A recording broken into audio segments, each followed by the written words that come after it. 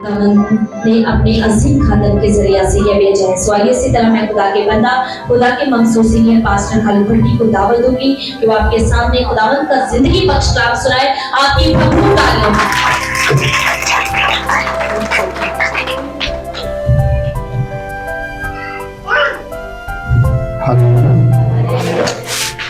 तो आज काफी बातें यहाँ पर कही गई और कुछ बातें हैं जिस तरह कलाम मुक़द्दस में लिखा है कि एक बीज बोने वाला बीज बोने के लिए निकला, तो कुछ राह के किनारे गिरे, कुछ रास्ते में गिरे और क्या किया, परिंदों ने उन्हें चुग लिया। और कुछ पथरीली जमीन पर गिरे, जब धूप आई तो वो जड़ तो ना पकड़े लेकिन उगने की कोशिश की, और क्या किया, धूप की वजह से, तपश की वजह से वो सड़ गए। और कुछ झाड़ियों में गिरे और झाड़ियों ने क्या किया, उनको दबा लिया।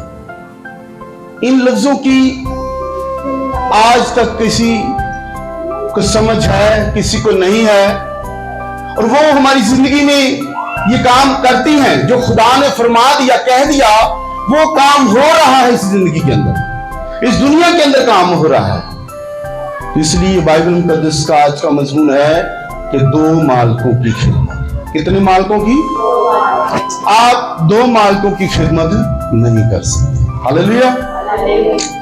अब मैंने बताया कि कुछ राह के किनारे बीज जो बोया, इसी तरह जो कलाम का बीज है, ये खुदा के खादम बीज बोते हैं।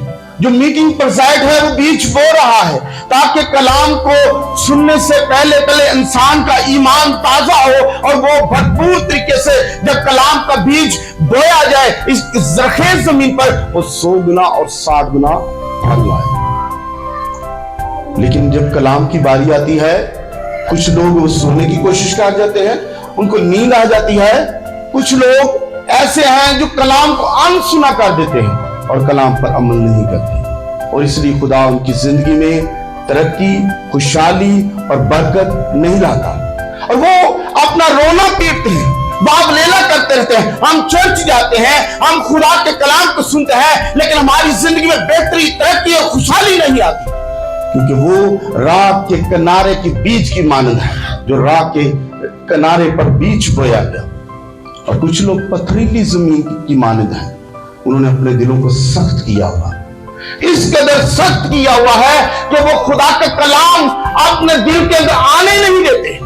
कलाम ऊपर पड़ा रहता है, दिल के ऊपर पड़ा हुआ है, और वो जड़ ना होने की वजह से सूख जाता है मेरे अज़ीज़ों, और दिल आस्ता आस्ता मुरझाना शुरू हो जाता है। जब दिल मुरझाना शुरू हो जाता है तो फिर क्या होता है, उनकी जिंदगी में बीमारियां, मुश्किलात, दुख और तकलीफों ने आके उनके आगे मेरे उनके घर के अंदर बसेरे कर। तीसरा कि कुछ झाड़ियों में गिरना शुरू होता है।